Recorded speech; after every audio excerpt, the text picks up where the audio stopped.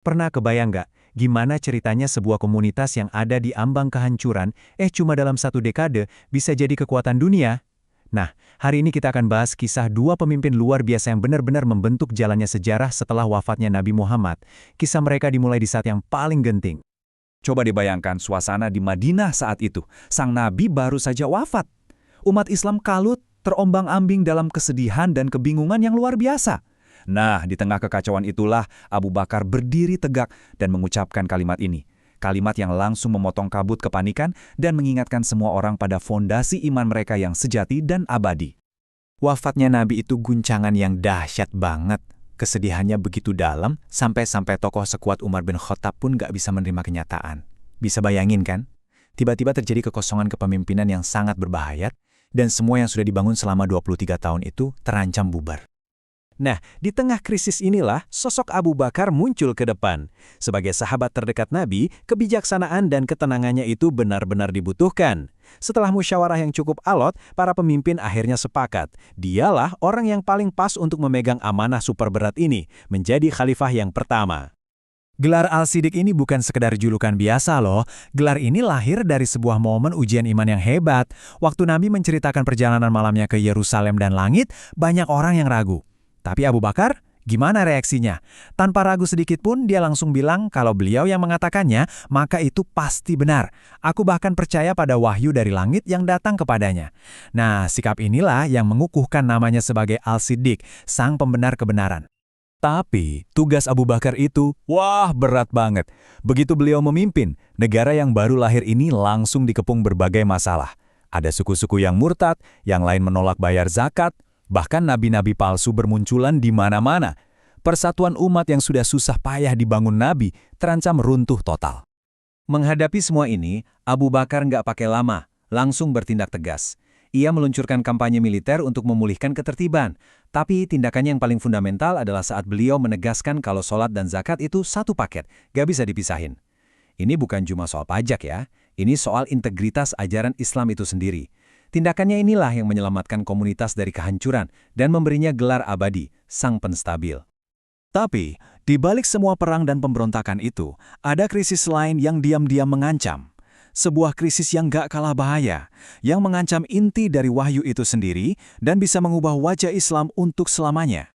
Nah, ini dia pertanyaan yang bikin para sahabat gak bisa tidur. Waktu itu, Al-Quran kan hidupnya di dalam hafalan.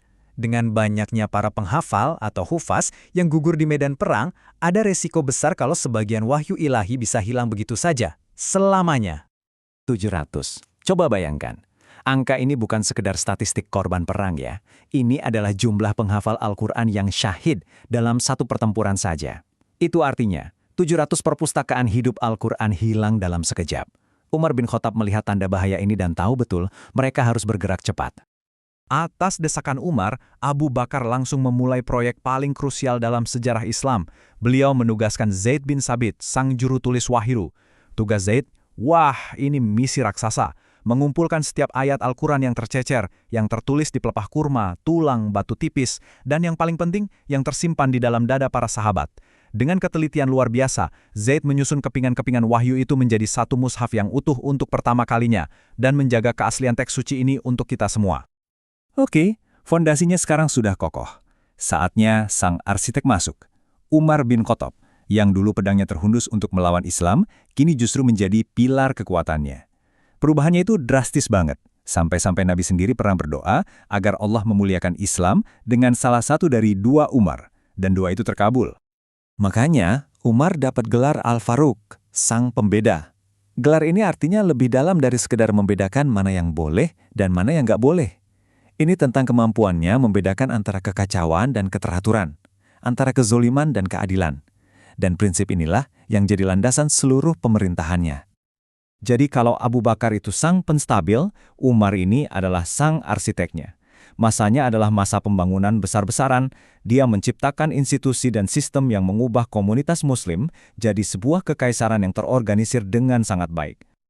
Coba kita lihat inovasi-inovasi Umar yang keren banget nih. Beliau mendirikan Baitul Mal, kas negara terpusat pertama. Beliau juga yang menetapkan kalender Hijriah, memberikan identitas waktu yang unik bagi umat Islam. Dia bahkan bikin salah satu sistem jaminan sosial pertama dalam sejarah, memastikan nggak ada satu orang pun yang kelaparan di wilayah kekuasaannya. Ini bukan lagi sekadar komunitas, ini adalah negara modern yang sedang dibangun. Oke, sekarang mari kita tarik benang merah dari kisah kedua pemimpin hebat ini. Mereka berdua memainkan peran yang sangat berbeda, tapi saling melengkapi dalam membangun fondasi peradaban Islam yang kita kenal sekarang.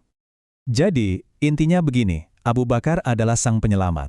Ia memadamkan api pemberontakan dan menstabilkan tanah yang lagi bergetar hebat. Sementara Umar adalah sang pembangun. Ia datang setelah badai reda, lalu mendirikan sebuah bangunan peradaban yang kokoh.